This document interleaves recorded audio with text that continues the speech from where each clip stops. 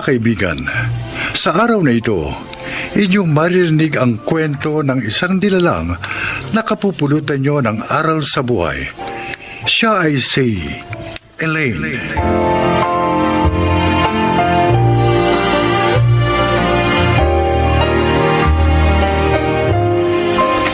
Isa akong sales lady na palipat-lipat ng pinapasukan sa tuwing matatapos ang kontratang pinirmahan. Nitong huli, sa tindahan ng bag at sapatos na ako napasok. Pakinggan po ninyo ang aking paglalahad.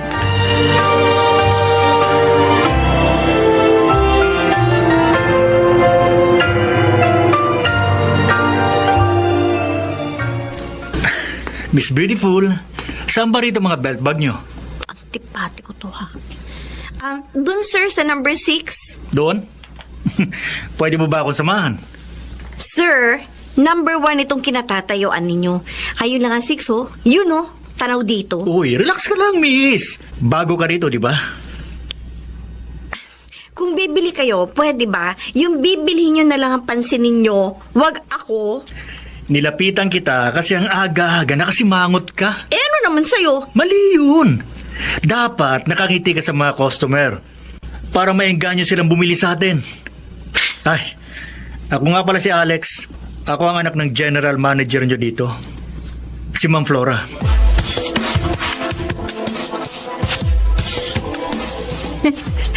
Napagtripan ka pala ni Sir Alex, ha? Kaya nga, napahiya ako eh. Eh, hindi ko naman alam na anak pala siya ng GM natin. Dahil nga bago ka lang dito. At last month, hindi siya nagpunta rito. Naging busy raw sa studies niya. Eh bakit nga ba nakasimangot ka kanina? Masama kasing pakiramdam ko eh. Napuyat ako sa pag-igib ng tubig kagabi. Tapos naglinis pa ako ng bahay. Eh, alam mo naman, walang ibang gagawa naman nun kundi ako rin. Tapos wala pa ako sariling tubig. Oy, dapat hindi ka na lang pumasok. Eh, sayang naman yung kikitain ko. Kaya yan, pinilit ko pa rin magtrabaho. Naku, Ana, tingin mo ba nagalit si Sir Alex sa akin? Mabait naman yun. Palabiro nga lang. Eh, ayaw lang niya talaga yung sales lady na nakasimangot at suplada sa customers. Eh, pag nakita mo siya uli, umingi ka na lang na sorry. Baka alisin ako sa trabaho ko. Ay, hindi naman sila ganun. Sasabihan ka lang, kaya huwag ka na mag-alala.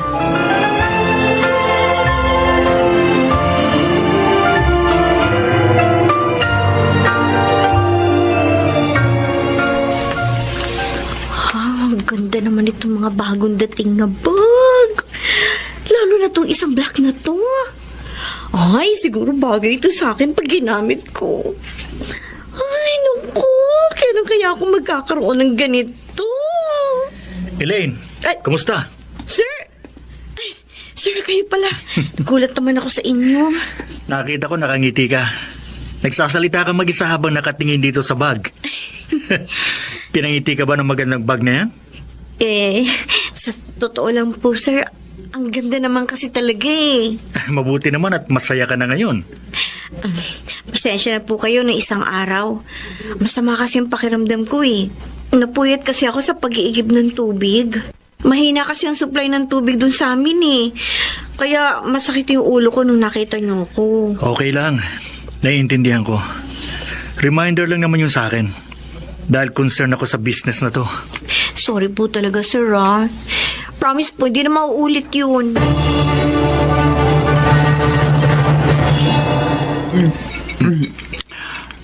Alex, Ma. napapansin ko, kasundo mo na yung pinakabago nating sales lady, si Elaine. Yes, ma. Hindi naman pala siya suplada. Mabait siya at palatawa rin. At masipag pa si Elaine, madlang bayan. Siya nga ang pinakamadalas mag-overtime sa mga tauhan natin eh. Oh. Samid ka na dyan, Delphine. Etong tubig, oh. Ano kamang pangalan ng isang sales lady sa shoe store ni Don Gaspar? Elaine, madlang bayan po, pa. Bakit po? May sales lady pala kayong ganyan ang pangalan at apelyido. 2 months pa lang siya sa shoe store ni Don Gaspar. Eh bakit ba, Delphine? May naalala lang ako, Flora. Siguro, kliyente na naman po yun. O kaya, may kaugnayan sa kliyente ninyo. Tama ka. Tama ka, iho. Ay, Delphin, manungang kalimutan mo muna yung mga kliyente mo pag kumakain tayo. Para naman ma-enjoy mo ang dinner natin.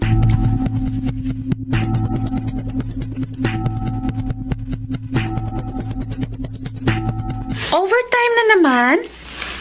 Sayang din naman kasi, Ana.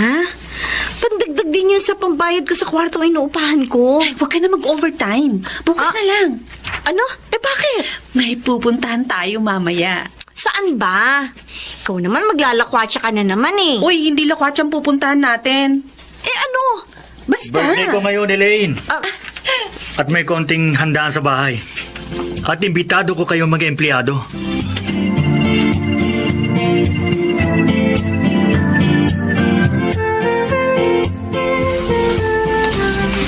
Delphin, kanina pa para malalim ang iniisip mo. Tungkol ba yan kay Elaine? Ngayon ko lang nalaman, Flora, na mahusay ka palang manghula. Napansin ko kasi kanina na mahaba ang naging pag-uusap niyo. Inalam ko lang ang ilang mahalagang impormasyon tungkol sa kanya. At ano naman ang nalaman mo? Ampun lamang siya ng nakilala niyang mga magulang at patay na ang mga yon. So, ulilang lubos na pala siya. Yes, Flora. Just wondering, bakit ka interesado sa kanya? Dahil siya ang matagal ko nang hinahanap.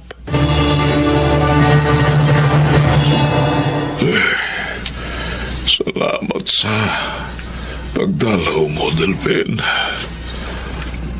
Sana'y sinama mo si Flora. May meeting po siya sa mga empleyado ngayon, Don Gaspar.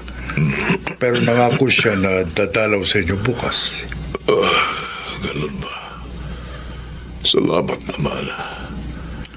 Hindi niya pinababayaan ang aking negosyo. Ayaw niyang masira ang tiwala niyo sa kanya. Kumusta na ho ang pakiramdam ninyo? Eto. Patuloy sa panghihina ang aking katawan. At labis akong nalulungkot dahil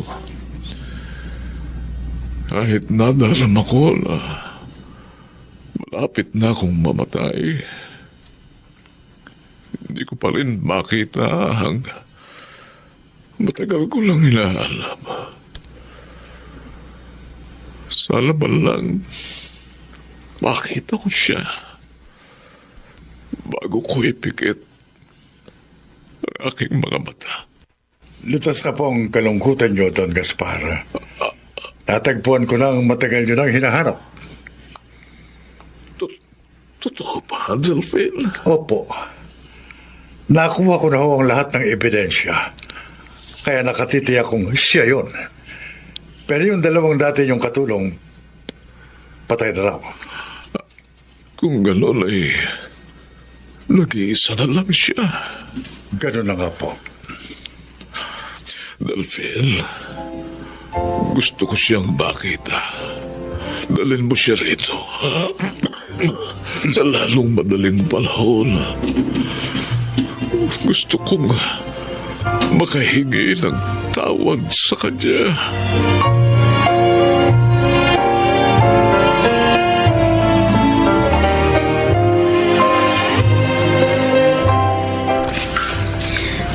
bakit niyo po ako ipinatawag kay Sir Alex, Attorney Delphine? May mahalaga tayong pag-uusapan, Elaine. Ano po yun? Tungkol sa isang mahalagang tao sa iyong buhay. Ang totoo, matagal ka na niyang ibig makita. Ako? Sino po? Ang tunay ko po bang ina? Hindi. Patay na rin ang tunay mong ina. Katulad ng tunay mong ama. Kung ganun, talagang ulila na po ako. Sino pong tao ang ang binabanggit ninyo.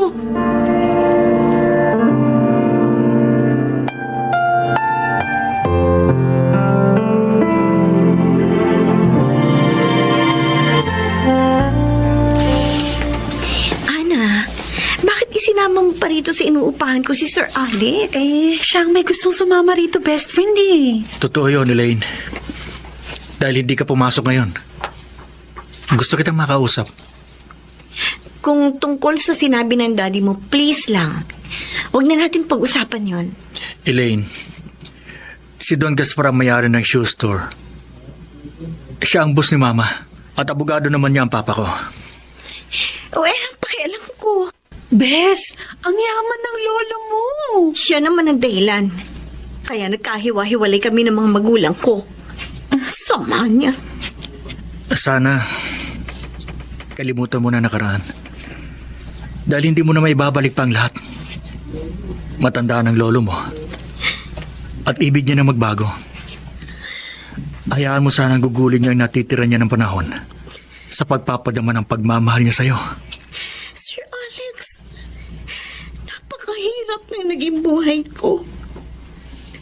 Mula nang pumanaw sina Tatay Olan at Nanay Sisa. Tapos ngayon natagpuan ko ng tunay kong pamilya.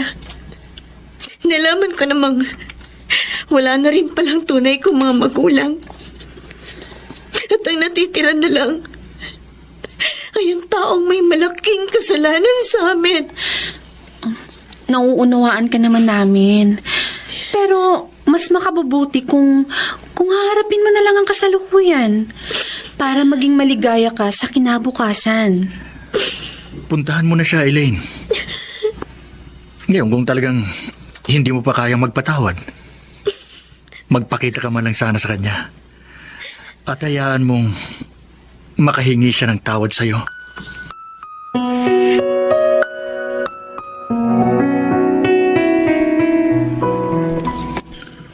Ayaw niyang makita ko. Pasensya na po, Don Gaspar. Ginawa ko na po ang lahat ng makakaya ko pero ayaw niyang sumama sa akin. Hindi ko siya masisisi.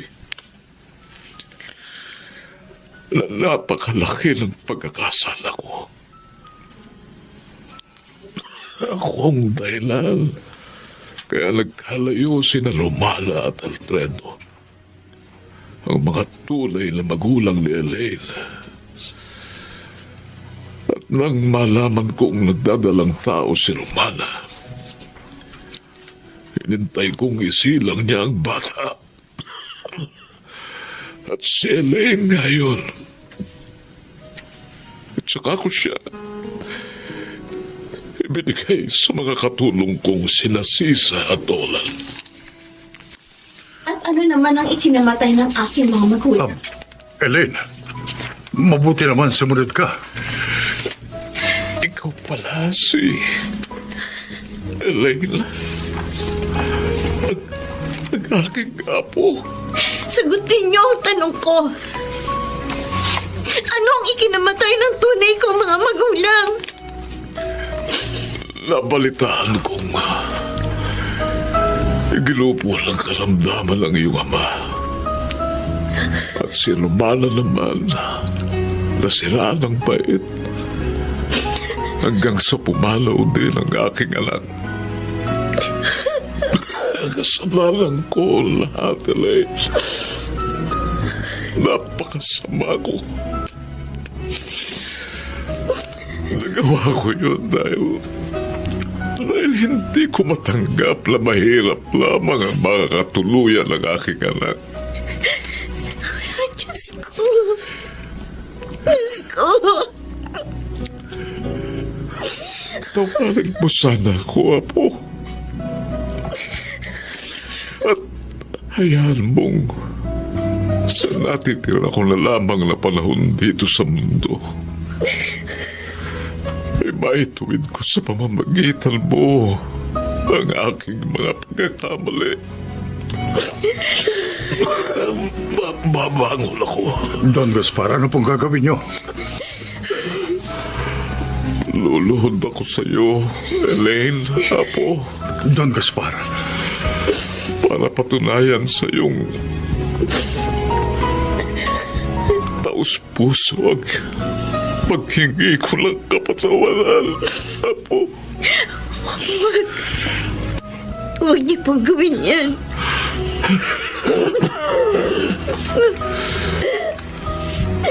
Pinatatawad ko na kayo, Lolo. Yun ang naging simula ng pagbabago ng kalagayan ng aking pamumuhay at ang aking kaligayahan. Sana po ay inyong kinapulutan ng aral ang aking inilahad.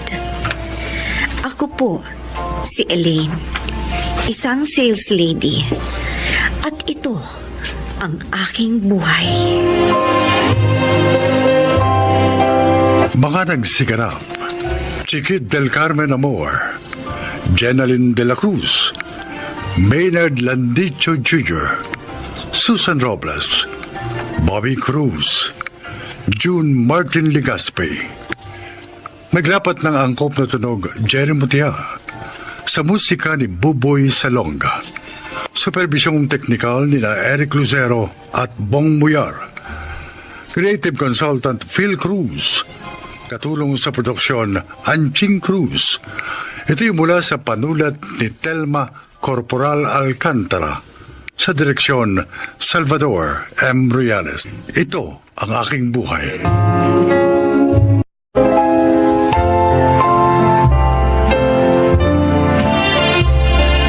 Mga kaibigan, pakinggan po natin ngayon ang isa pang natatanging kasaysayan na ilalahad sa atin.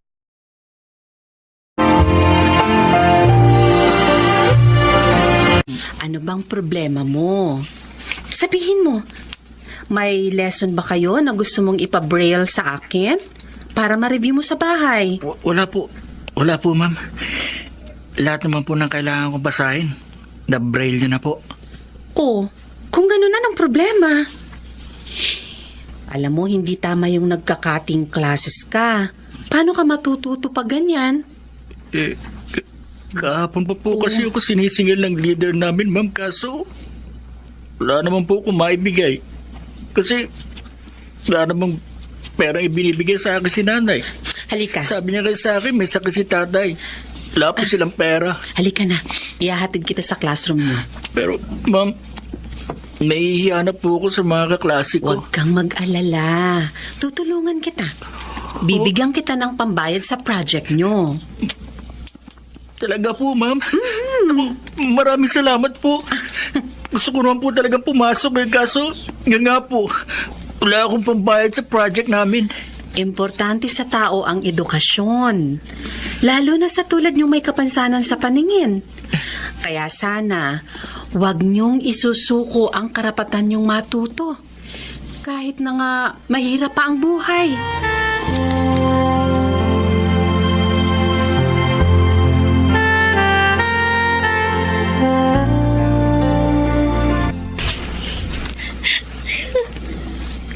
Good morning, Marita.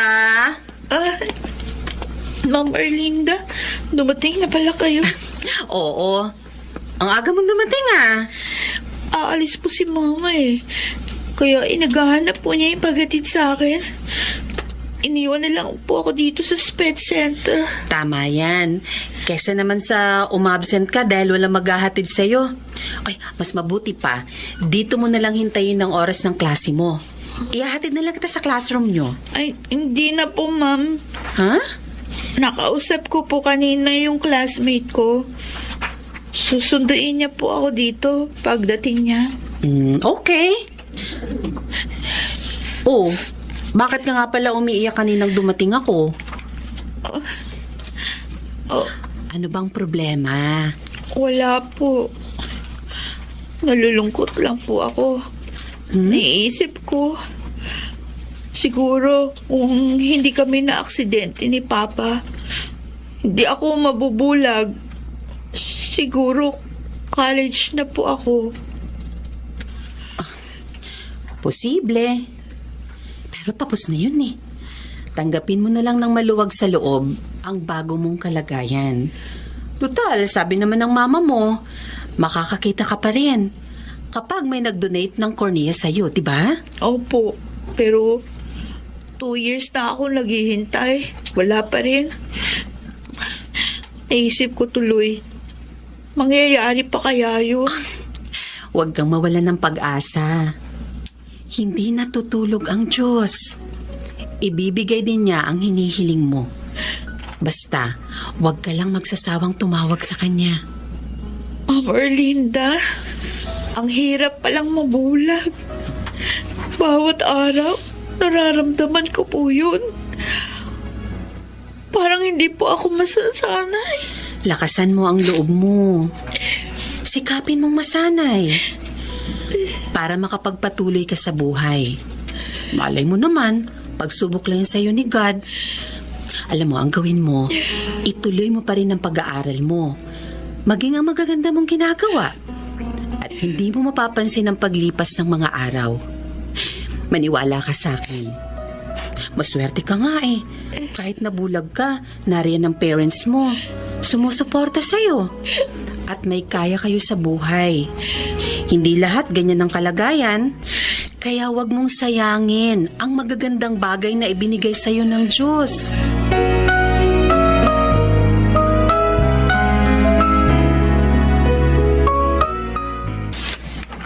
Kuya Wilson!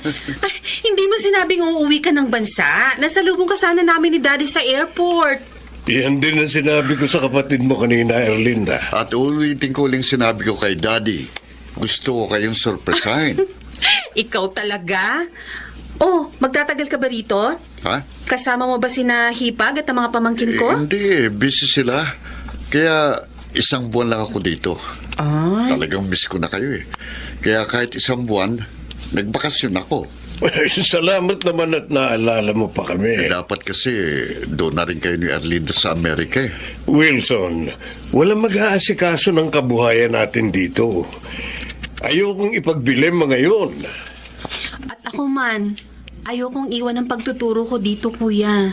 Maaari ka rin naman makapagturo doon. Mag-aaral ka nga lang ng konting panahon.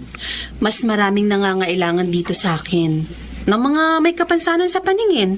Kaya mas gusto ko na rito. Pero maliit lang ang kinikita mo rito. Totoo yun. Madalas nga, tinutulong pa niya yun sa mga mahihirap niyang O, estudyante. kita mo na. Okay lang po yun, Daddy. Ang importante, nakakatulong ako at maligaya.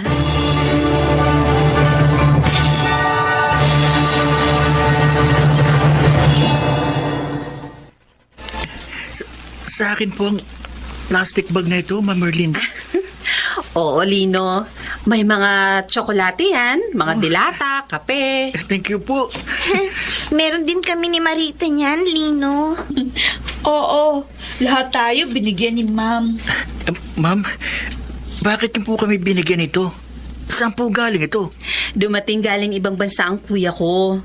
At marami siyang uwi ng mga kape, dilata, tsokolate. Kaya naisip kong dalhan kayo. Hindi naman namin mauubos sa mga yon. Ang bait niyo po talaga, ma'am. Salamat Nga po. Salamat po, ma'am. Ang swerte po namin dahil kayo po ang naging sped teacher namin. Sa totoo lang, kayo talaga, pinatataba niyo ang puso ko. Totoo po yung mga sinabi namin, ma'am. Tama. Nga po. Kaya bagay talaga kay Ma'am yung tatanggapin niyang award. Award? Anong award? At saka, sino may sabing may tatanggapin akong award? Dumaan po dito kanina yung principal natin, Ma'am. At sabi po sa amin, next week daw po sa Teacher's Day, tatanggap po kayo ng award bilang Teacher of the Year. Congrats po, ma'am. Congratulations, ma'am. You deserve it.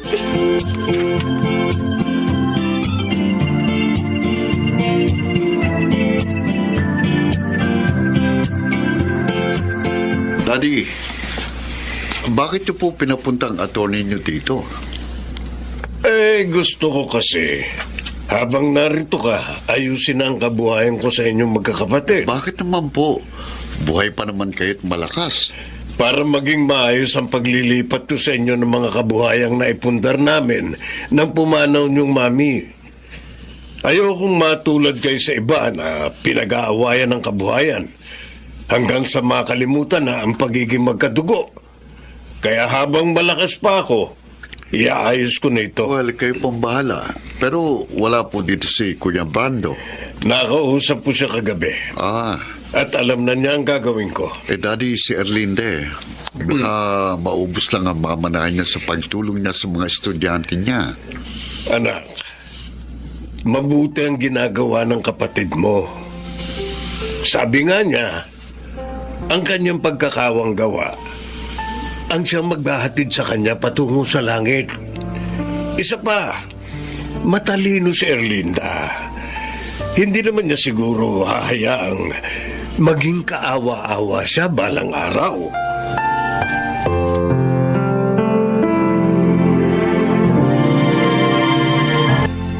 May bago na akong slate and stylus, Nino, Marita. Oh, Talaga? Naibili ka na ng nanay mo? Hindi. Kapos nga kami. Paano ko mabibili, Ninay? eh, paano ka nagkaroon ng bagong slate and stylus? Oo nga. Binilhan ako ni Ma'am Erlinda. Nakita niya kasi, ginagamit ko pa rin yung slate ko, kahit sira na. Pagdating niyo kanina, iniabot lang niya sa akin to. Ang bait talaga ni ma'am. Lahat tayo tinutulungan niya. At saka matyaga pa siya magturo at pagpalakas ng loob sa atin. Oo, totoo yun. Kung alalahanin niya tayo, parang mga anak niya. Alam nyo, hindi ko makakalimutan si Ma'am Erlinda kahit pa gumraduate na tayo.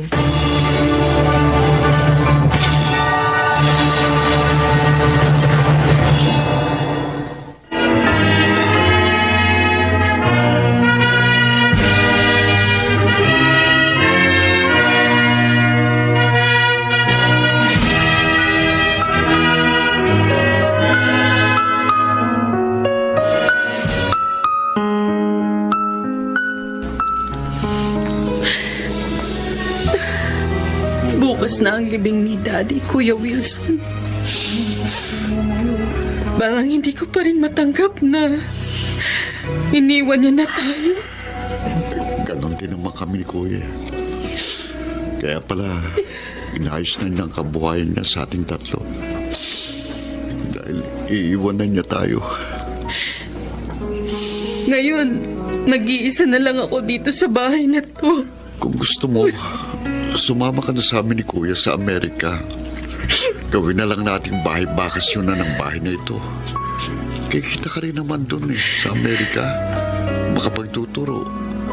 At higit sa lahat, mababawasan ang lungkot mo dahil sa pagkamatay ni Daddy.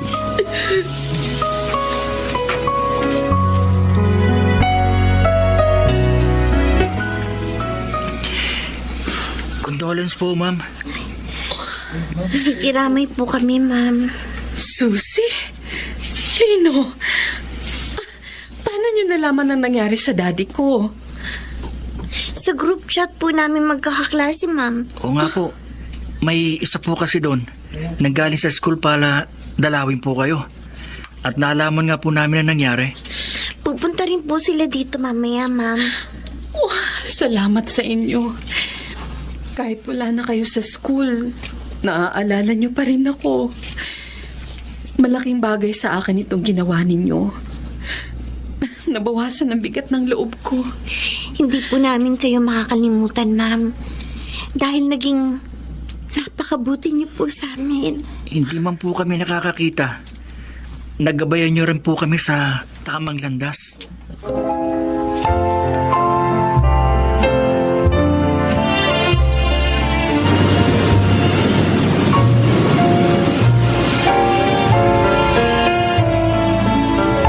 Mabuti naman, naka-video chat ka namin, Marita. Oo nga. Hindi ka busy ngayon. Kaya lang ang daya mo. Kasi kami nakikita mo na. Dahil naoperahan ka na. Samantalang kami, hindi ka pa rin namin nakikita. Di bale. Naririnig niyo naman yung maganda kong boses. Oo nga. Oh guys, ano ba ang topic natin ngayon?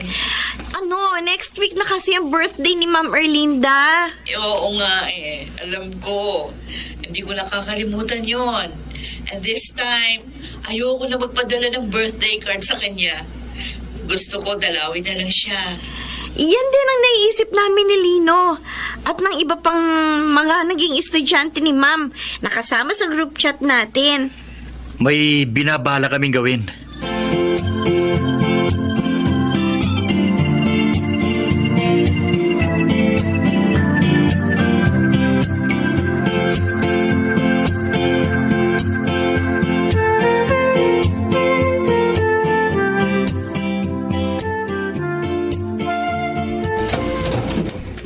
Happy birthday to you. Happy birthday to you. Happy birthday. Happy birthday. Happy birthday to Salamat. Happy birthday po, ma'am. Birthday, Ma'am! Salamat, Iha. Naku, ibang-iba ka na talaga ngayong nakakakita ka na. Siguro kung hindi po ninyo pinalakas ang loob ko, Ma'am, baka hindi ako ganito kaligaya ngayon. At ako naman, kung hindi niyo ako inihanap ng scholarship, malamang wala akong magandang trabaho ngayon. Naku, kayo talaga, pinaiiyak niyo ko. Salamat po sa lahat ng tulong, Ma'am. Hindi lang kayo basta naging SPED teacher sa amin.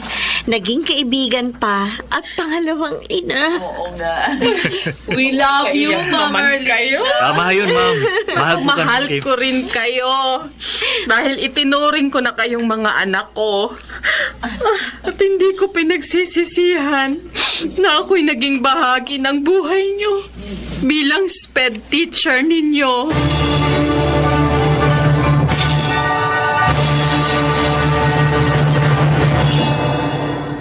Nagtuturo pa rin ako at madalas dinadalaw pa rin ako ng mga dati kong estudyante.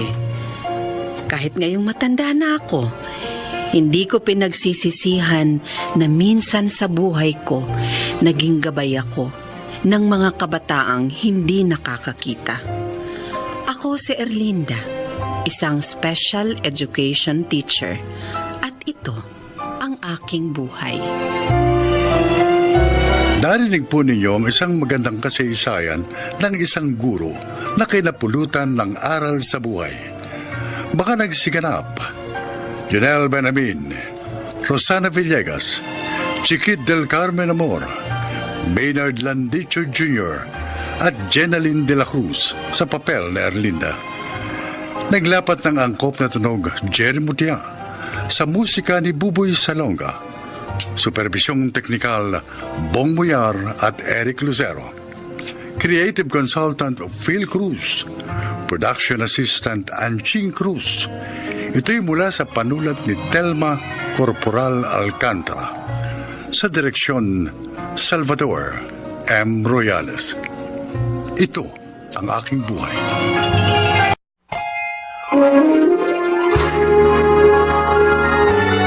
Kauna-unahan sa Pilipinas. Manila Broadcasting Company. DZRH, member kapisanan ng mga broadcaster ng Pilipinas.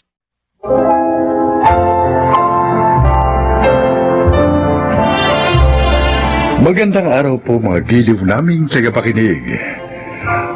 Maririnig ninyo ang kwento ng isang inang muntik mawalan ng kanyang anghel.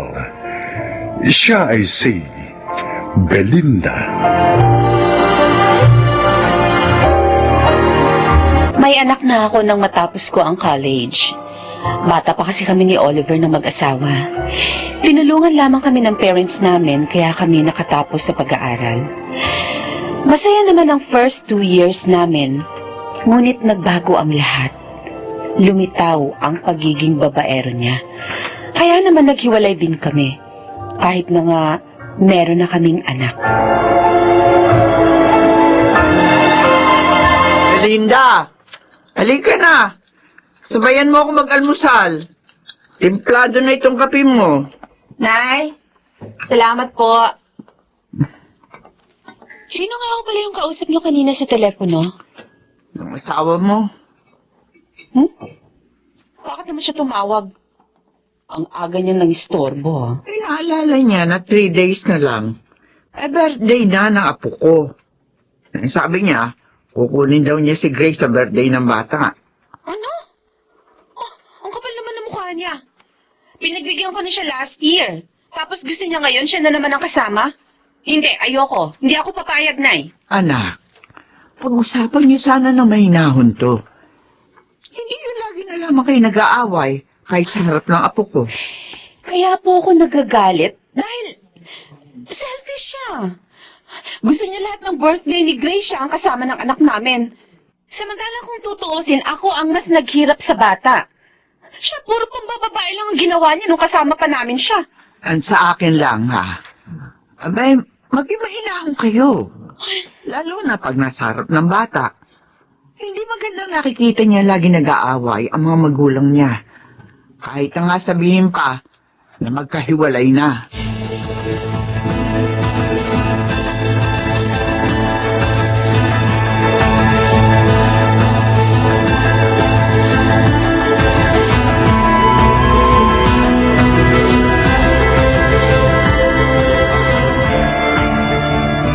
Han, tuloy na yung outing namin 3 days from now, ha? Sa Baguio yun. At syempre, sasamahan mo ko. Naku, Chelsea, hindi maaari. Bakit? Wala ka naman pasok sa office mo na. Nakalimutan mo na ba? Birthday ng anak ko yun. Di bigyan mo na lang ng pera. Ha? At sila na lang ng nanay niya mag-celebrate. Hindi nga pwede. Nakatawag na ako sa kanila. Sabi ko na kay Nanay Mitrin na kukunin kong bata sa araw na yun. Kakainis ka naman eh. O, bakit? Minsan nga lang ako humiling hindi mo pa ako mapagbigyan. Araw-araw naman tayong magkasama. Basta pupunta ako sa birthday ng anak mo.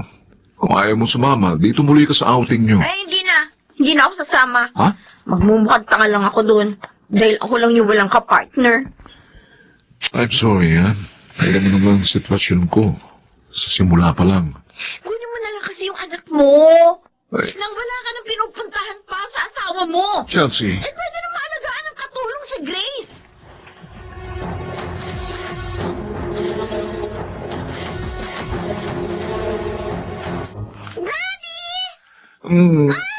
Grace, anak. Happy birthday, ha? Thank you, Daddy. Masyal tayo buong maghapon. Ibibili rin kita ng maraming damit at laruan. Daddy? Who is she? Siya ang tita Chelsea mo, anak. Ang girlfriend ko. Hello, Grace. Hello po. Daddy, parang hindi naman po siya yung kasama natin last birthday ko. Kasi, Iha, naging girlfriend ako ng daddy mo, tapos na yung birthday mo. Anak, okay lang yun, ha? Ang mahalagang kasama na natin siya ngayon. Oh, sige, halika. Bibihisan na kita, ha? Where is your dress, Iha? Here po. Yan. Dapat kasi, doon ka na lang sa amin ng daddy mo. Mas malaki ang bahay namin. May malaking garden.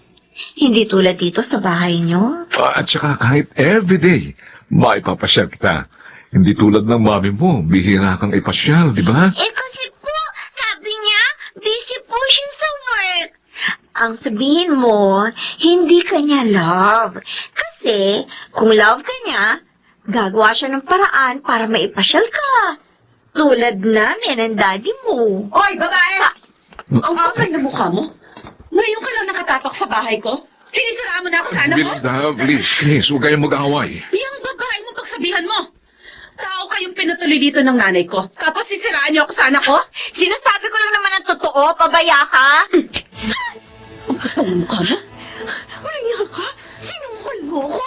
Wala kang karapatang pagsabihan ako ng ganyan. Belinda. Hindi ko pinababayaan ng anak ko. Mahal na mahal ko siya. Chelsea, Belinda, tama na, ha? Please, tama na. Asawa mo, Oliver!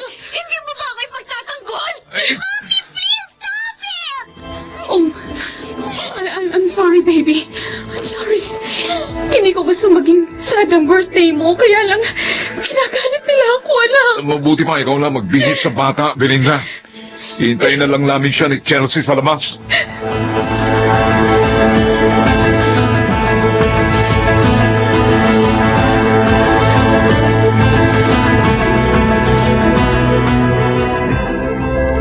Anak, papasok ka na ba sa opisina? Opo, Dad. Bakit po? Tumawag kanina si Eva. Oh, Hindi ka raw niya makontak sa CP mo, kaya sa landline natin siya tumawag. ang babaeng yun ang kulit. Matagal na kaming break. Tumatawag pa rin. Ayusin mo na kasi ang buhay mo. Dad, Hindi yung kabi-kabila ang nobya mo. Ano nga pala? Dalhin mo rito mamaya ang apo ko. Gusto ko siya makasalo sa dinner. Namimiss ko na siya. pero Dad, hindi ho araw lang bisita ko sa kanya. Kahit na.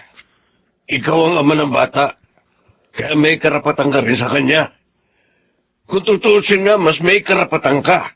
Dahil mas kaya mo bigyan ng magandang kinabukasan si Grace. Kaysa sa pobre niyang ina. Ikaw lang eh. Ayaw mong idaan sa korte ang lahat. Dad, nag-aalala po ako. Baka hindi ako ang piliin ng anak ko dahil masyado siyang close sa kanyang mami. 9 years old na si Grace. Matalino po siya at maaari ng pumili. Isa pa, ayokong matrauma ang anak ko. Kaya magtitiis ka na lang sa tira-tirang panahon na binibigay sa'yo ng kanyang ina. Aba naman, Oliver. Mali yun. Dapat kumilos ka.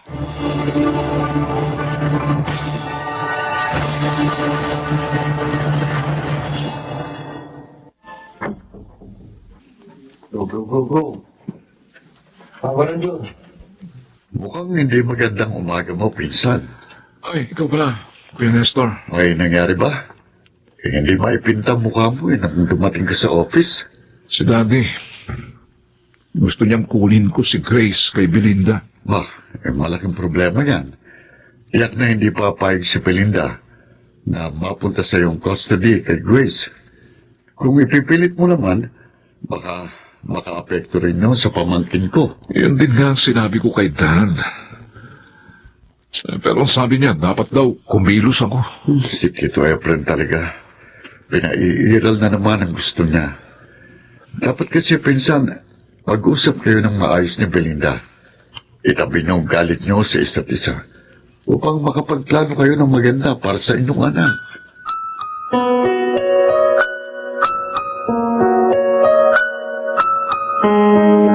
Gusto nga makasama ni Daddy si Grace. At naipangako ko na dadalhin ko sa kanya ang bata ngayon. Ang hirap sa'yo. Sumagot ka kaagad nang hindi mo muna ako tinatanong. May lakad din kami nila inay. Ipapasyal namin siya. Di bukas niyo na lang gawin yun. O kaya sa makalawa. Belinda, ama ako ni Grace. At may karapatan din ako sa kanya. Hindi ko sinasabing hindi ka niya ama. Oh, Ang sinasabi ko lang, bago ka sana magpasya, konsultahin mo muna ako. Wala pagtatalo. Hindi na kayo nakita ng hindi nag-aaway. pasensya na ho. Kasi naman siya na eh. Oh, ako Sige na, anak. Pagbigyan na lamang natin sinabalaing Efren.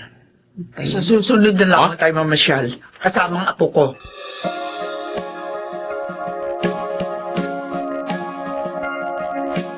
Oh, apo. Why are you sad? Maganda naman dito sa Tagaytay, ah. Grandpa, you said Mommy will follow us. Bakit umaga na? Wala pa rin si Mommy. Anak, busy pa sa work ang mami mo eh, ha? Wait na lang muna, ha? Ang hirap kasi sa mami mo eh. Mas importante pa sa kanya yung trabaho niya kaysa sa'yo. Kaya nga naiisip ko na hindi niya talaga mahal itong apo ko. No, that's not true, Grandpa. Mahal ako ni Mommy. Anak, Baka lang hindi niya alam na dito tayo sa Tagaytay nagpunta. Kaya hindi siya makasunod. alam niya, anak. Alam niya. Ibalik niya na ako kay Mommy. Ayoko na po dito. Grace, look, I'm your father, ha? And this time, ako lang masusunod. Pag sinabi kong dito ka lang, dito lang. You're a liar, Daddy. Grace? Gusto niyo lang kaya ako iluluhin, Apo. Mommy. Apo, Tumahan ka na. Oh, wala ka namang magandang kinabukasan sa mami mo. Samantalang sa amin ng daddy mo, meron. Maaari ka namin dalhin sa ibang bansa para mag-aral doon. Oh. I don't like! Oh. I hate you, Daddy! Grandpa! Niloko niyo lang ako!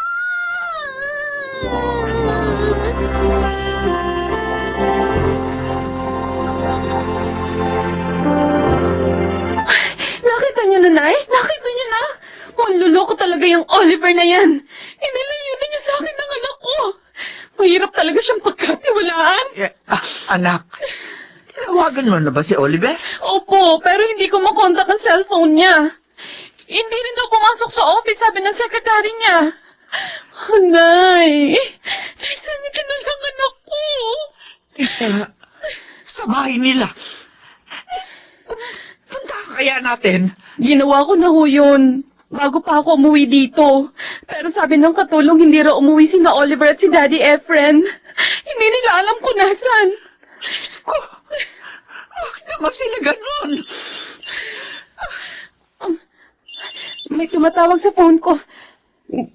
Si Kuya Nestor, ang pisa ni Oliver. Sige na, sagutin mo na, anak. Oo. Baka may maitulong siya sa atin. Hello? Kuya Nestor? Hello, Belinda. May problema, kaya ako tumawag. Talagang may problema, Kuya. Dahil hindi binalik ni Oliver sa akin si Grace. Yun na ang problema. Si Grace kasi. Bakit? Anong nangyari sa anak ko, Kuya? Ano?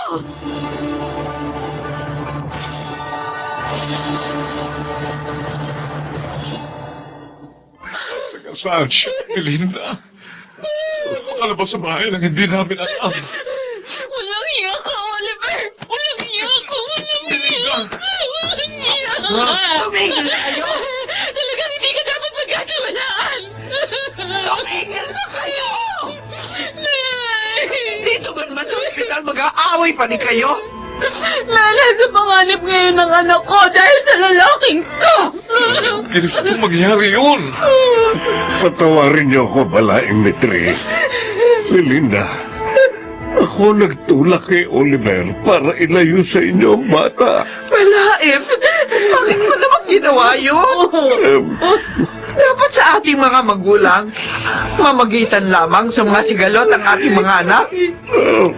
At kung talagang hindi na maaari magkasundo, turuan sila mag-usap ng maayos.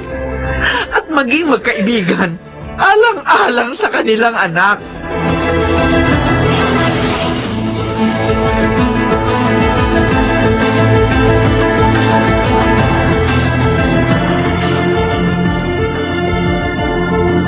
Belinda, kanina pa kita hinahanap. Narito ka lang pala sa chapel ng ospital. Anong kailangan mo? Ligtas na ang anak natin. Diyos ko, maraming salamat po. Sana, Salamat at dininig niyo ang panalangin. Belinda, sana mapatawad mo rin ako sa ginawa ko. At pangako, makikipag-usap na ako sa iyo ng maayos para sa ating anak. Ako man, Oliver. Sikapin ko makipagkaibigan na sa'yo. Huwag lamang mawala sa atin ng ating anak.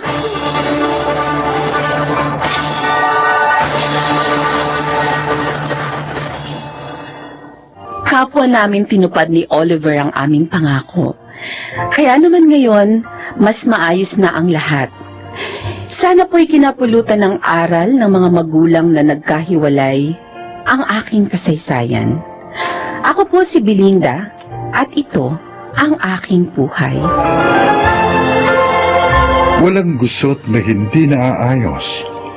Basta't ito'y pinag-uusapan at pinagkakasunduan ng mga taong nasasangkot tungo sa isang masaya at mapayapang buhay. Mga nagsiganap, Jun Ligaspi, Chiquit del Carmen Amor, Lionel Benamin, Susan Robles, Phil Cruz, at Jenaline de la Cruz sa papel na Belinda. Naglapat ng angkop na tunog Jerry Mutiang, sa musika Buboy Salonga, Supervisyong Teknikal, Eric Lucero at Bong Bigar. Creative Consultant, Phil Cruz. Production Assistant, Anching Cruz. Ito'y mula sa panulat kay Telma Corporal Alcantara. Sa direksyon, June Martin Legaspi at Maynard Landicho Jr. Ito ang aking buhay.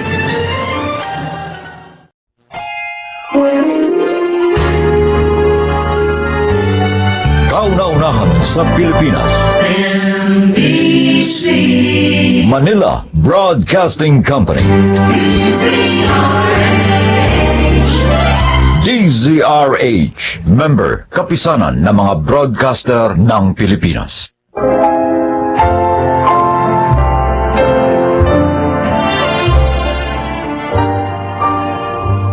Magandang araw po mga giliw naming tagapakinig.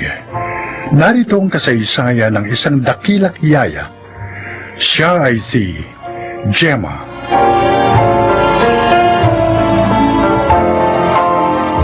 Bente anyos pa lamang ako na magtrabaho ako sa mga magulang ni Irene.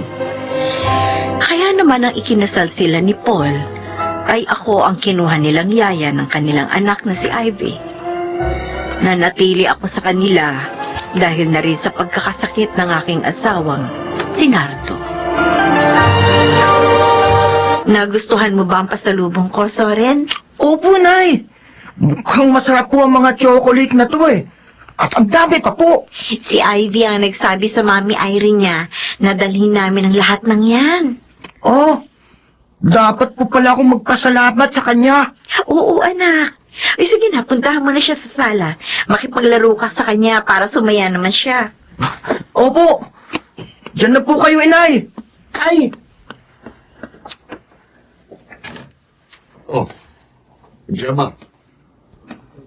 Bakit mo ba sinama ditong alaga mo? Naawa ako, Nardo. Nagpilit siyang sumama nang malamang uuwi ako. Malulungkot lang daw siya sa kanila dahil sa palaging pag-aaway ng mga magulang niya. At hanggang ngayon pala, ganun pa rin sila. Sinabi mo pa. At ewan ko kung magbabago pa yun. Mangyayari yun kung pareho silang magbibigayan.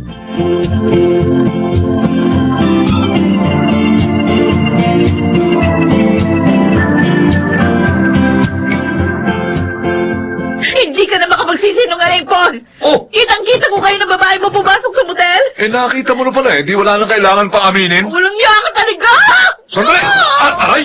Walang niya ka! Pinagto mo sa akin ang base! Wisit ka talaga, Aileen! Kulang pa yan sa mga pagtataksil na ginawa mo sa akin! Alam mo ba kung bakit ako ng bababae? Ha? Ano? Dahil sama na ako sa kadadaldal mo! Ah, ganon? O, di maghiwalay na lang tayo! Ayoko na ni makisama sa'yo!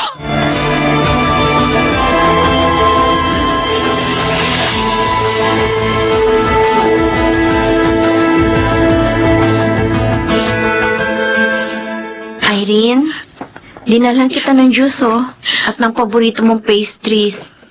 Oh, lalagay ko dito sa mesa, ha? Salamat. Napakawalang yaya, Gemma. Naging tapat ako sa kanya pagkatapos ito pang igaganti sa akin. Talaga bang hindi na kayo magkakasundo pa? Hopeless case na. Wala na. Pero, paano si Ivy? Magpapadala naman siya ng sustento para sa bata. Yun yung usapan namin. Ako naman, pupunta muna ako sa Hong Kong pansamantala para makamove on. Bibenta na rin namin ang bahay na ito. Si Ivy, saan siya titira? Eh, pareho naman kayong ulilang lubos ni Paul. Ayun nga sana yung papakiusap ko sa'yo. Sana, alagaan mo pa rin si Ivy, lalo na sa pag-alis ko. Pero, doon mo na lang sa inyo siya alagaan, ha? Ano? Sige na.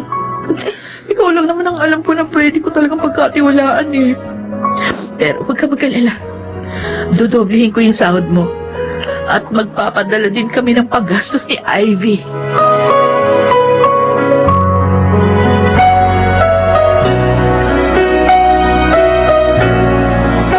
Yaya Gemma. Tahan na, Ivy. Magtunay mga mata mo. Bakit ganun sina Mami at Daddy? Bakit sila maghiwalay. Hindi na kasi sila magkasundo. Kesa naman sa lalo pang lumala ang pag-aaway nila, pinasya nilang maghiwalay na lang ng maayos. Sabi ni Mommy, meron daw babae si Daddy. Totoo ba yun, Yaya? Yun nga ang sabi niya. Bakit niya ginawa yun? Di ba bad yun? Ivy, marami talagang nagaganap sa buhay may asawa na sa ngayon mahirap pang ipaliwanag sa'yo dahil napakabata mo pa. Pero maniwala ka, hindi dahil naghiwalay sila, hindi ka nila mahal. Ivy, love na love ka nila. Yaya, Gemma. Kaya sana, huwag ka magtatanim ng galit sa iyong mga magulang.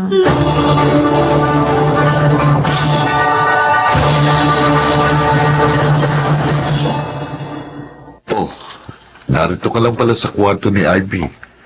Ano pang ginagawa mo dito? Tulog na naman yung alaga mo. May lagnat siya, Nardo. Ha? Pinainom mo na ba ng gamot? Oo, bago siya natulog.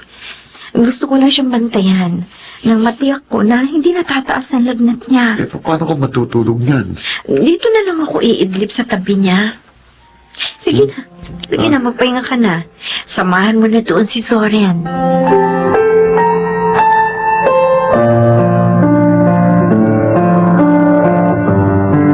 Aba, marunong ka na maghiwa ng mga gulay. Ivy, Tinuruan po ako ni Zoren at Nanay Gemma, Tatay Nardo. aba, mabuti yan. Matuto ka ng mga gawaing bahay. Makakatulong ito sa'yo balang araw at malilibang ka pa. Saan po ba nagpunta si Nanay Gemma at Soren? Sa palengke. Teka, wala ka na bang gagawing assignment? Wala na po. Kaya nga po, tumutulong na ako dito sa kusina.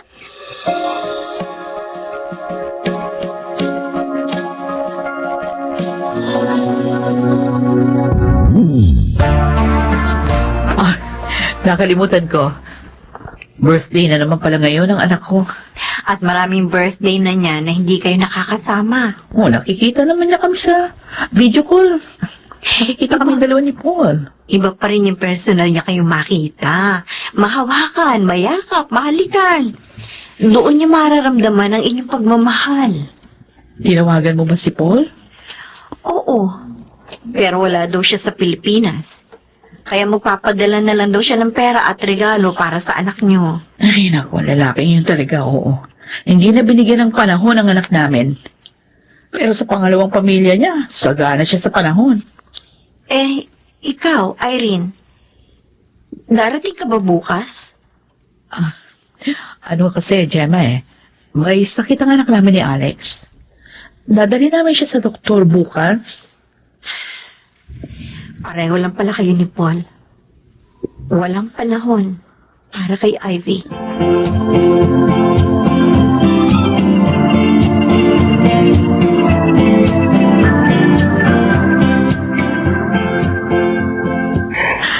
Ivy, congratulations. Graduate ka na sa high school ngayon. Oo nga, Soren. May award ka pa. Dahil yun kay Nanay Gemma. Kung hindi niya ako minahal at inilagaan ng maayos, siguro hindi ako lalaking ganito. Baka naman umiyak ka pa. Alalahanin mo, darating ngayon ang parents mo, ha? Kaya dapat magsaya ka. Nagulat nga ako dahil darating sila. Kasi hindi na ako umaasang pupuntahan nila ako sa mga special occasion sa buhay ko. Ivy. Sanay na akong wala sila, Zoren. Pero hindi ako masasanay pag wala si Nanay Gemma.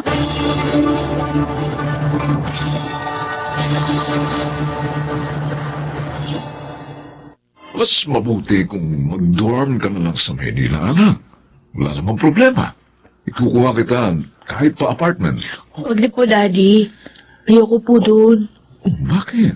Dito na lang po ako mag-aaral sa probinsya. Ha? Meron namang magandang university din dito Pero Ivy, mas maganda ang turo sa Maynila.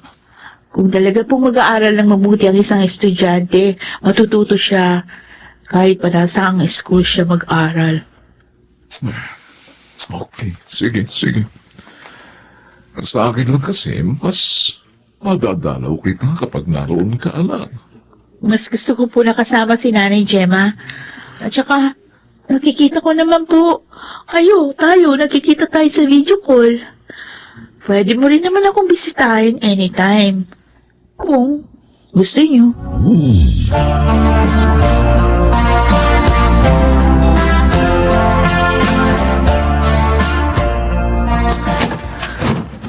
Zoren, nandito na ako. Oh, eto na pala si Ivy. Ang bilis mo ah. Oo, nagmamadali ako nang matanggap ko yung text mo. Sinabi mo may sakit si Nanay Gemma. Ikaw naman, Soren. Dapat hindi mo na tinext si Ivy. Nagmadali tuloy yung tao. Magtatampo ho ako kay Soren pag hindi niya ako tinext. Mahalaga po kasi sa akin na alam ko yung kalagayan niyo, Nay. Kita niyo na. Sobrang alalang-alala po sa inyo yan. Medyo nahilo lang ako. Sobrang pagod lang siguro. Kasi naman, masyado kayo masipag. Magpahinga kayo at mag-relax din. Oh, yan na, Nay. Hindi lang ako nagsabi niyan. Pati ng anak niyong babae. Ayoko po kasi may mangyayaring masama sa inyo. Dahil kayo po, ang pangalawa kong ina. Masaya ako, Ivy. Dahil sa pagmamahal at panahong ibinibigay mo sa akin. Alam mo, napunan mo ang pananabik ko sa anak ng babae.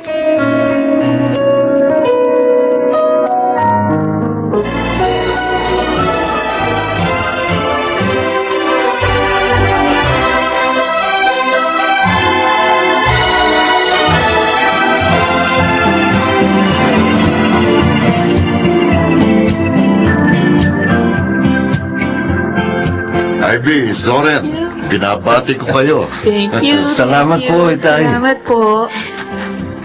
Congratulations sa inyong dalawa. Lagi sana kayong magmahalan at mag-unawaan. Tatandaan po namin yan, Inay. Kasi kayo po ni Tatay Nardo ang magiging ehemplo namin sa aming pagsasama ni Zoe. Napakasaya ko, Ivy. Dahil ngayon, talagang anak na kita.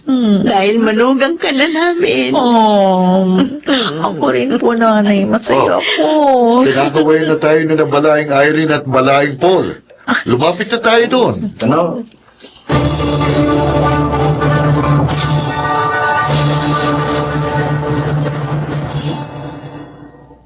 Isang taon na ang aking apo kina Ivy at Zoren. Ang batang aking inalagaan noon, manugang ko na ngayon. Ako po si Gemma at ito ang aking buhay. Tunay na maraming sorpresa ang buhay. Matuto lang tayong maghintay. Mga nagsiganap, Phil Cruz, Janelle Benamin, Rosana Villegas, June Legaspi, Chiquit del Carmen Amor sa papel na Gemma. Naglapat ng angkop na tunog Jerry Mutia, sa musika Buboy Salonga, supervisyong teknikal Eric Lucero at Bong Muyar, creative consultant Phil Cruz, production assistant Anching Cruz. Ito'y mula sa panulat ni Telma Corporal Alcantara, sa direksyon June Martin Legaspi. Ito ang aking buhay.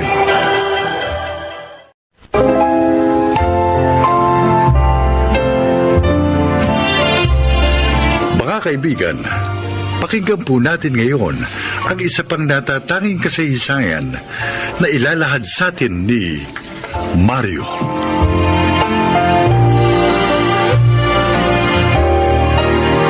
Lumakay ko sa hirap. Kaya naman naipangako ko sa aking sarili na gagawin kong lahat para hindi tumandang mahirap. Nagtagumpay naman ako sa buhay sa pamamagitan ng puneraryang naging negosyo ko. Pakinggan po ninyo ang aking paglalahad.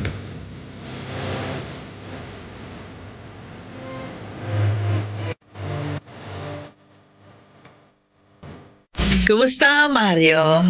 Ay, okay naman, Wilma. Maganda pa rin takbo ng punerarya ko. Salamat nga pala sa pagbibigay mo ng discount sa mga bulaklak na tinda mo. Natuwa mga kliyente namin. Okay lang yun, basta ikaw. Alam mo naman, malakas ka sa akin. Ako nga lang ang hindi malakas sa'yo. Malakas ka naman Kaya nga lahat ng kliyente namin, sa'yo namin itinuturong bumili ng bulaklak para sa kanilang namayapang kamag-anak. Kung talagang malakas ako sa'yo, samahan mo naman ako. Ha? Saan? Gusto kong mamasyal para ma-relax. Malungkot naman kung gagawin ko yung mag-isa. Kaya gusto ko samahan mo ako. Yun ay kung totoo ngang malakas ako sa iyo.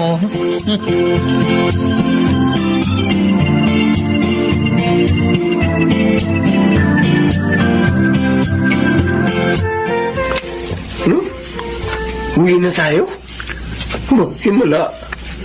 Ano nangyari? Ang aga nating uwi. Magre-relax tayo. Ayos yan Sasamahan nating mamasyal si Wilma. Ano? Ba't sasama mo pa ako?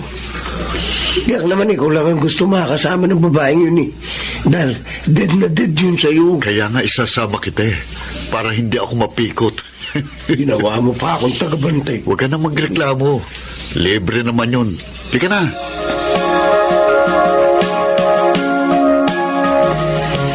Nakakainis ka naman, Densyo.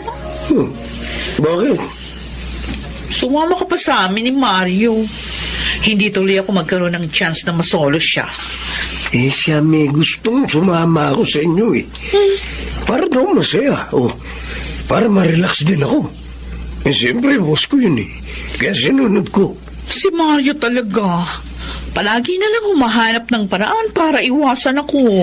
Ba't kasi pinipilit mo ang sarili mo sa kanya O bakit? Narito naman ako Binata rin tulad ni Mario. Sa akin, konting lambing lang. Bibigay na ako agad sa'yo. Hindi kita type ano? Joke na nga. Ito naman, nagbibiro lang Pikon na.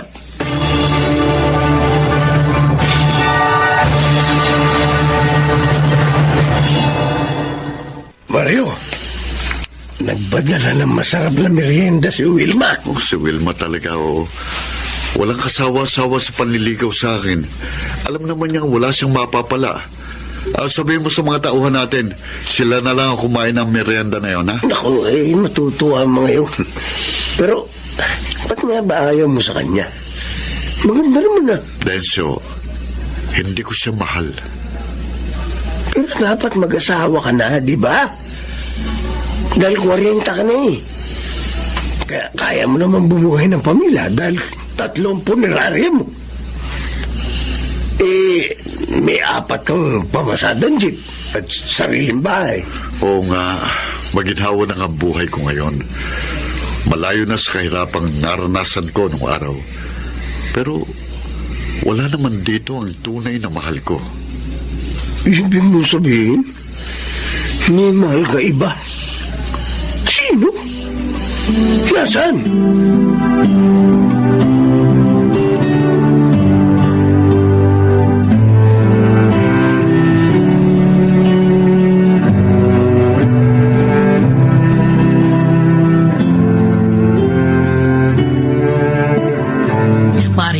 Salamat ha. Binigyan mo ng malaking discount yung friend ko sa kinuha nilang kabaong. Okay lang yun, Wilma. Nakita ko naman na kailangan nila ng tulong Ay, siya nga pala. Pinagluto kita ng paborito mong ulam. Ha? Ito nga dala ko, Organic lahat yan. Gulay tsaka yung inihalo ko. Organic din ang bigas. Sana magustuhan mo. Wilma, hindi ka na dapat nag-aabala pa Masaya ako sa ginagawa ko. Hayaan mo na lang ako. Pero ayokong umasa ka. Hindi mo naman ako pinaasa. Huwag kang mag-alala. Pag may nobya ka na, titigil din ako.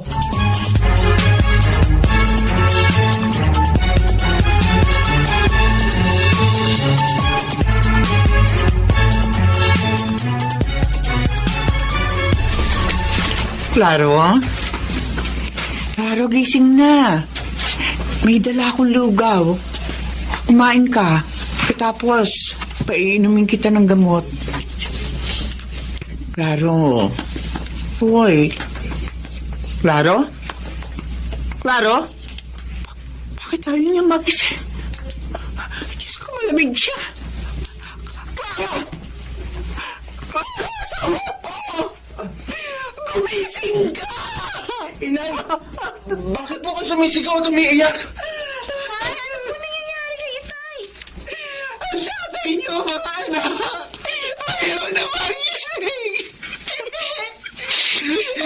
Itay! Itay, gumising kayo!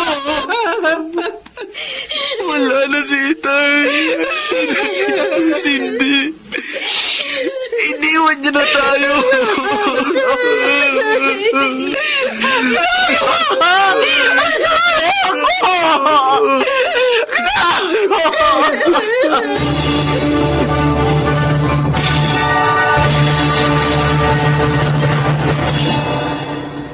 Kayo bang mga anak ng namatay?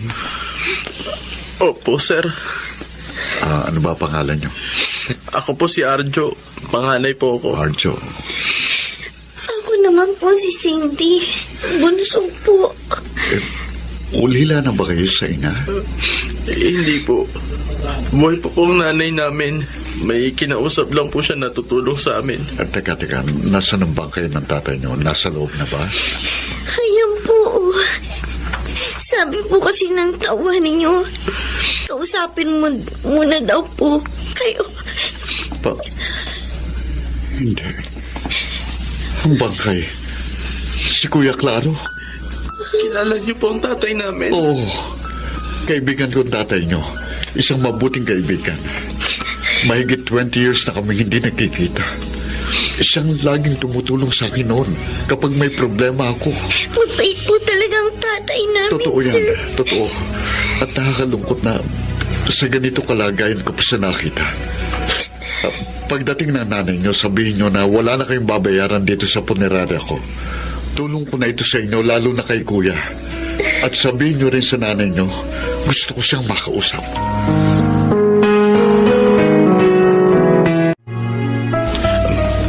Sir Mario, narito na po ang nanay namin. Mario, Luisa, ang buhay nga naman. paano nangyari na naging mag-asawa kayo ni Kuya Claro? Dahil natalikuran mo noon ang obligasyon mo sa amin ng batang dinadala ko. Si Claro ang sumalo. Ha? Pinakasalan niya ako. Sinagip sa kahihiyan. Ano? At si Cindy, siya naging anak namin ni Claro. Patawarin mo ako, Luisa. Bata pa tayo noon. At alam mo naman na pareho lang tayong mahirap. At dahil sa takot kong hindi makaahon sa hirap, iniwan ko kayo. Pero hindi ko kayo nakalimutan. Patawad. Ibig niyo sabihin, Inay, hindi po ako anak ni Itay. Oo, anak. Si Mario, ang tunay mong ama. Inilihim namin ang lahat sa iyo dahil yun ang ibig ni Claro. Hindi.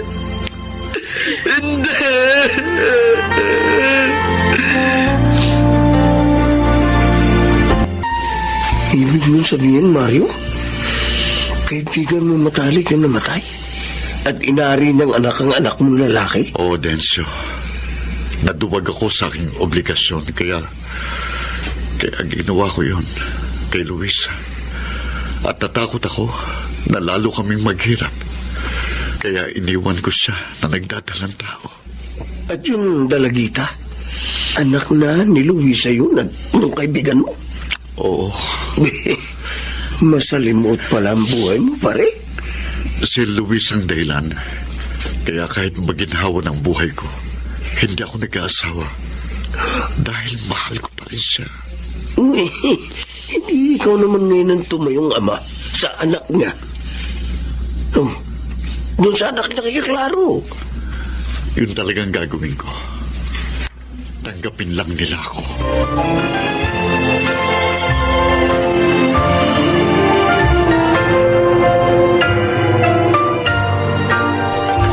Luisa, nailibing na si Kuya Claro. Oo nga. Maraming salamat sa tulong mo. Dahil sa iyo, nagkaroon ng maayos na burol at libing ang asawa ko. Karapat-dapat lang yon sa isang mabuting taong katulad niya. Mamimiss ko si Itay. Cindy, handa akong maging pangalawang ama mo kung papayag lang kayo. Ano? Alam kong napakaaga pa nito, pero alam ko rin maunawaan ako ni Kuya Claro. Luisa, gusto kong malaman mo na kayo ng ating anak ang dahilan ng pagsisikap ko. At hanggang ngayon, mahal pa rin kita. Mario. Sana bigyan mo ko ng pagkakataon na makabawi sa mga pagkukulang ko sa inyo. Pagkatapos ng pagpapabayaan niyo sa amin, gusto niyo patawarin namin kayo agad? Mahalin? Hindi niyo mabubura sa puso namin ang kabutihan ni Itay. Alam ko yun, anak. At hindi ko buburahin sa puso yung alaala ni Kuya Claro.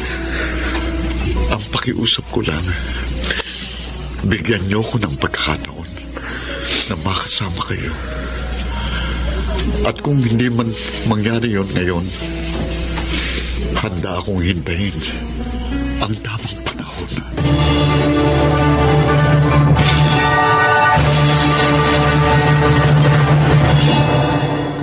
Hindi ako agad napatawad ni Arjo, ngunit tinanggap niya ang tulong ko sa kanila. Hindi ko naman sinayang ang pagkakataong ibinigay niya. At dahil sa tiyaga, ngayon ay isang buong pamilya na kami. Dahil nakamtan ko na rin ang pagpapatawad at pagmamahal ng aking mag-ina. Sana po'y kinapulutan niyo ng aral ang aking kasaysayan. Ako po si Mario at ito ang aking buhay. Mga nagsiganap: Chiquit del Carmen Amor, Susan Robles, Lionel Benamin, Rosana Villegas, Angelo Alcantara at Phil Cruz sa papel na Mario. Naglapat ng angkop na tunog Jerry Mutia, sa musika ni Boboy Salonga. Supervisyong teknikal Eric Lucero at Bong Moyar. Creative Consultant Phil Cruz. Production Assistant Anching Cruz. Ito'y mula sa panulat ni Telma Corporal Alcantara. Sa direksyon ni Salvador M. Royales. Ito ang aking buhay.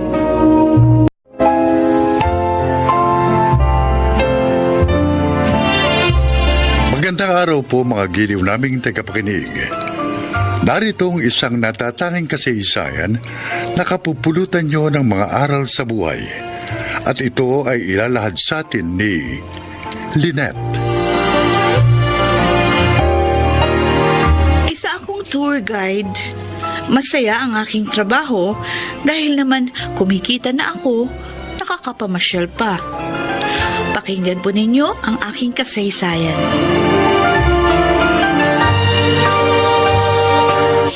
Opo, Tito. Natanggap ko na yung perang pinadala nyo. Mabuti naman. Pinadalan kita kasi nag-aalala ako eh. Baka mag-ECQ dyan at mahintong trabaho nyo. E di wala kang magagamit sa mga pangangailangan mo. Salamat po. Mula nung pumanaw si na Mami at Daddy, hindi kayo nagkulang na pagsubaybay at pag-aalala sa akin. Kapatid kong mami mo, Iha. At anak ng turing ko sa iyo. Isa pa, akong katiwala ng lupain nyo dito sa probinsya. Kaya dapat lang, Lynette, ibigay kong pangangailangan mo. Sige po, Tito. Salamat po uli. Ingat po kayo dyan, ha? Hoy! Bye! Hoy! Bakit hindi mo sinabi sa tito mo na wala na tayong trabaho dahil nga sa pandemic? Eh kasi Rosette, bala kong surpasahin si Tito. You mean, uuwi ka sa probinsya nyo? Oo.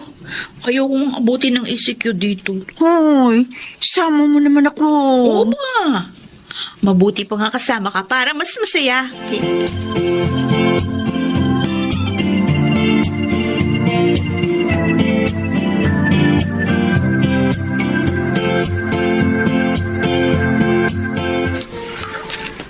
Mabuti pala nagpunta ako rito. Kung hindi, may iwan pala ako sa pansitan.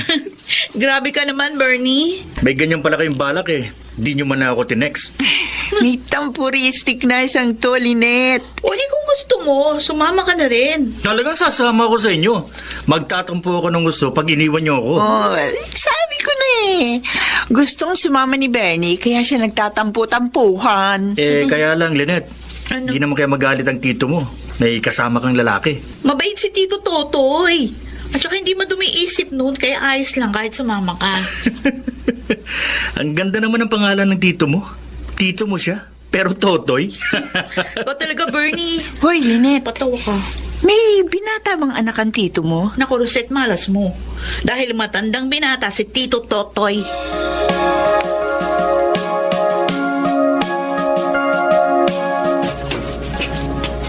Surprise! Aba, Lynette. Hindi mo sinabing uuwi ka. Talagang sinadya ko po yung tito dahil gusto ko kayong sorpresahin. Matagal na kasi tayong hindi nagkikita. Kaya naisip ko, dito na lang ako mag-spend ng ECQ. Ganun ba? Opo. Ay, kasama ko nga pala yung mga kaibigan ko, si Bernie at saka si Rosette. Magandang hapon po. Ay, sir. Good afternoon po. Magandang hapon din sa inyo. Tito na lang din ang itawag niyo sa akin, total naman. Mga kaibigan kayo nitong pamangkin ko. Oh, see guys, sabi ko na sa inyo, mabait ang tito ko. Kaya wala kayong dapat alalahanin.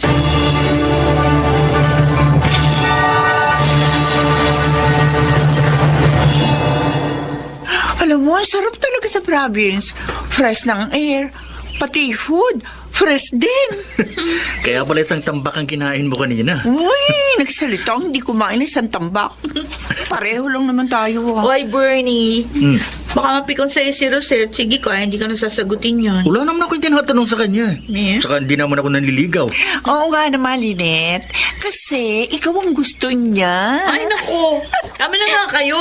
O, gusto niyo bang mamitas tayo ng prutas? Maraming hinog na mangga. Hindi ako marunong makita ang puno. Huwag kayo mag-alala.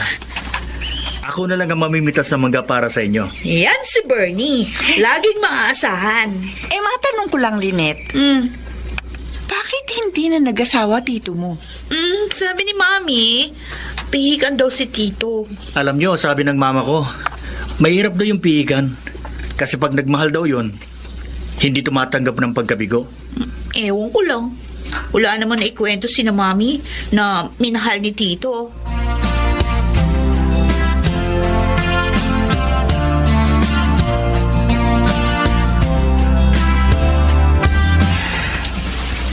Pangalawang gabi na namin dito kina Lynette.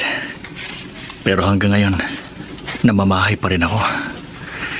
Hirap pa rin ako makatulog. Lalabas muna ako ng kwarto. Magpapahangin ulit ako katulad kagabi. Ay, katulad ng dati, ang tahimik pa rin dito. Mga kuliglig lang ang maririnig. Malayong malayo sa buhay namin sa lungsod. Na kahit gabing-gabi na, maingay pa. Malamang sina Lynette at Rosette, madali nakatulog ang mga yun.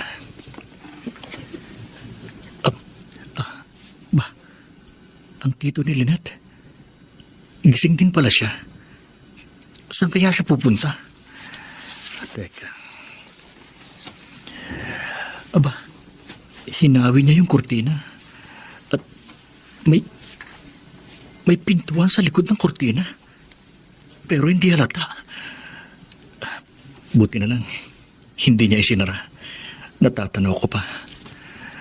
Pero, anong gagawin niya? Aba, may hagdanan din pala doon. Saan kaya pupunta yun? Bakit siya bumaba doon? Ang tito ni Lynette. Ano kayang meron doon? Lalapit ako. Maghahanap ako ng mapagkukublihan. Gusto ko talagang malaman kung anong meron doon. Kung bakit nagpunta doon ng Tito Totoy ng ganitong oras ng gabi.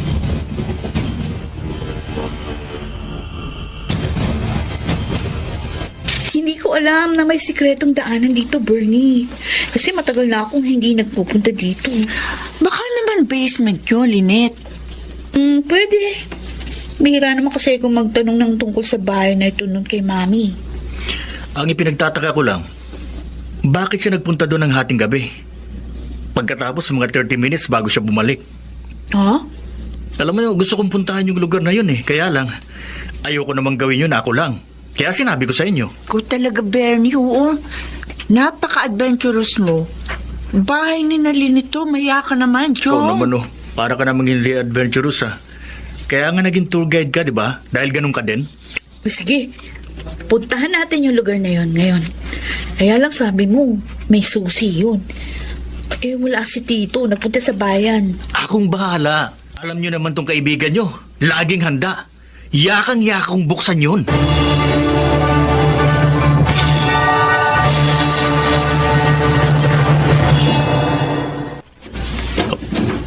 Lynette, Rosette, tingnan nyo ang nasa maliit na kwartong ito. Isang babae, Lynette. Tsaka mukha siyang buntis. Sino kayo? Ako si Lynette. Pamangkin ni Tito Totoy. Bakit narito ka nakagapos? Si Mang Totoy? Masama siya. Sino ka ba? At bakit ka nagsasalita ng ganyan sa tito ko? Ako si Ana. Binukot ako ng tiyo mo. Ha? Dahil hindi ko tinanggap ang kanyang pag-ibig. Diyos ko. Si Tito? Nagawa niya yun? Oo. Ang sama niya. Walang hiya. Paulit-ulit niya akong pinagsamantalahan. Oh my God. Kung ganun, ikaw ang pinuntahan dito ni Tito Totoy kagabi? Oo. Nagpunta siya dito kagabi. Yung dinadala mo, si Tito ba ang... Oo. Bunga ito ng kahayupan niya. Maawa kayo. Tulungan niyo ako makalabas dito. Tsak na hinahanap na ako ng tatay ko.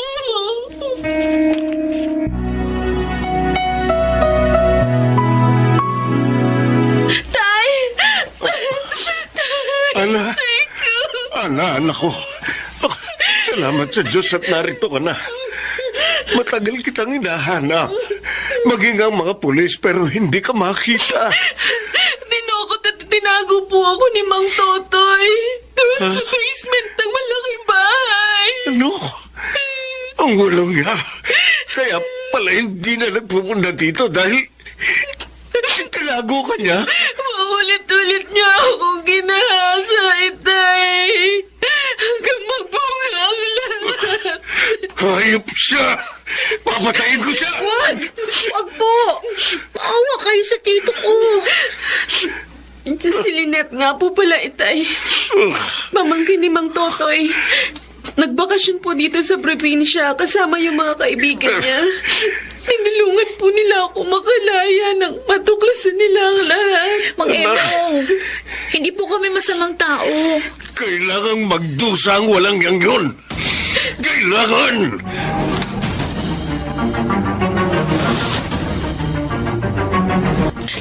Tito, bakit? Bakit nyo ginawa yun? Ha? Anong ibig mo sabihin, Lynette?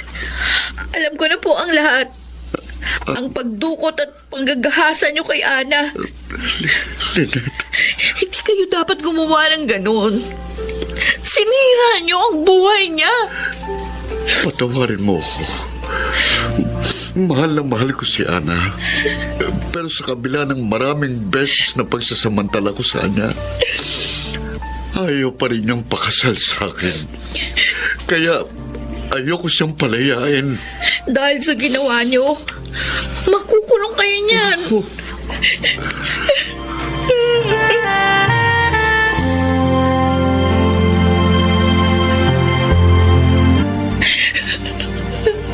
Tama na. Tama na, Lynette. Huwag ka na umiyak. Nakulong na ang tito mo. Hindi na natin mababago pa ang lahat. Nasasaktan pa rin ako sa nangyari sa tito ko. Pangalawang magulang na turing ko sa kanya. Yun pala. May masama siyang ginawa. Buti na lang pala. Nagbakasyon tayo rito. Nakapagligtas tayo ng isang buhay. At isang pagkakamali ang ating naituwid.